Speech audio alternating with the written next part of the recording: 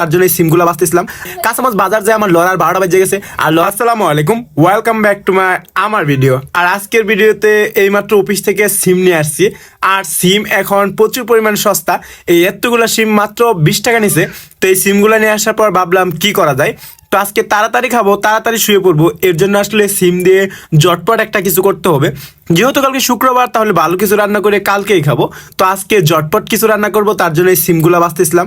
আর জটপট বলতে কিন্তু সিমের ভর্তা ছাড়া আর কিছু কি মনে আসতেছিল না, তার জন্য সিম বাচ্চা নিয়েছিলাম, সিমের ভর্তা বানাবো।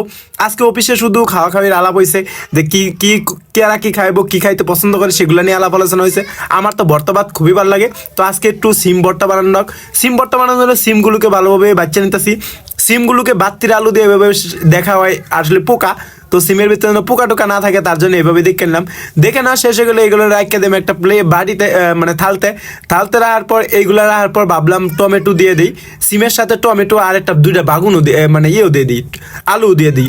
টমেটো, আলু আর এই সিম একসাথে ভর্তা করলে কিরকম লাগবে জানি না। তো আজকে এটা ফার্স্ট টাইম এরকম করে ভর্তা বানাবো। আর কোন সময় ভর্তা বানালে মূলত সিম একলা ভর্তা বানাইছি, কিংবা আলু একলা ভর্তা বানাইছি, আবার টমেটো একলা ভর্তা বানাইছি। কিন্তু আজকে টমেটো, সিম, আলু তিনটা একসাথেই সিদ্ধ দিছি। এদিক দিয়ে আমার টমেটো সিদ্ধ হয়ে গেছে, তো এগুলোর এখন নামাই নেওয়ার পালা। এগুলো আমি একটা প্লেটে নামাই নিছি। প্লেটে নামানোর শেষে মনে করলাম যে শুকনা মরিচ দিয়ে করবো না কাঁচামরিচ দেয়, তারপর ভাবলাম যেহেতু কাঁচামরিচ বেশি আছে তো কাঁচামরিচ বাজ্যা নেই। কাঁচামরিচ বাজার যায় আমার চুলা, মানে একবারে কাঁচামরিচ বাজার যায় আমার লড়ার 12টা বাজে গেছে।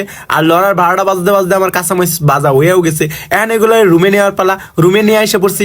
রুমে নিয়ে এটা ভর্তা বানানোর পালা। ভর্তা বানানোর জন্য মানে ইয়ের মধ্যে মরিচের মধ্যে একটু লবণ দিয়ে নিছি। লবণ নিয়ে এটা ভালোভাবে মশলা নিছি। কষলানো শেষ হয়ে গেলে এর মধ্যে দিয়েছি একটা পেঁয়াজটাকে দেওয়ার পর এনে দিয়ে দেবো সরিষার তেল। সরিষার তেলের বটটা কিন্তু বরাবরই টেস্ট বেশি হয়, তার জন্য সরিষার তেল দিয়ে দিছি।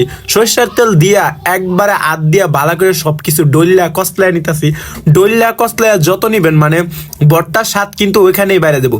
যত মিহি করে নেবেন ততই বটটার স্বাদ বেড়ে যাবে। তারপর দিব ধনিয়া পাতা। শীতকালে ধনিয়া পাতা যে কোনো ভর্তাত, যে কোনো তরকারিতে দিলে টেস্ট বাইরে যায়। তারপর এটা আমার ভর্তা বানানো হয়ে গেছে, তখন একটা বাটিতে তুলে নেব। বাটিতে তুলে নেওয়ার পর একটু সাজানোর জন্য ডেকোরেশন করলাম। তো ডেকোরেশন করার পর এটা এখন ভাত খাওয়ার পালা। তো যে না 1 চামচ নিলাম, আমার গরম গরম প্লেটের 1 চামচ যে না নিচে একদম ধোয়া ওটা ভাতে। এই সবুজ সবুজ ভর্তা খুব টেস্টি হয়।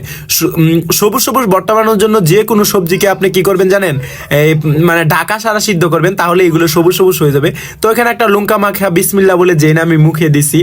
এইটা মানে এটার সাথে আমি পেঁয়াজ করে নিছিলাম, যে না পেঁয়াজ কলি আর এই ভর্তা একসাথে মুখে যে দিছি রে ভাই, এটা একদম অস্থির লেভেলের টেস্ট হয়েছে।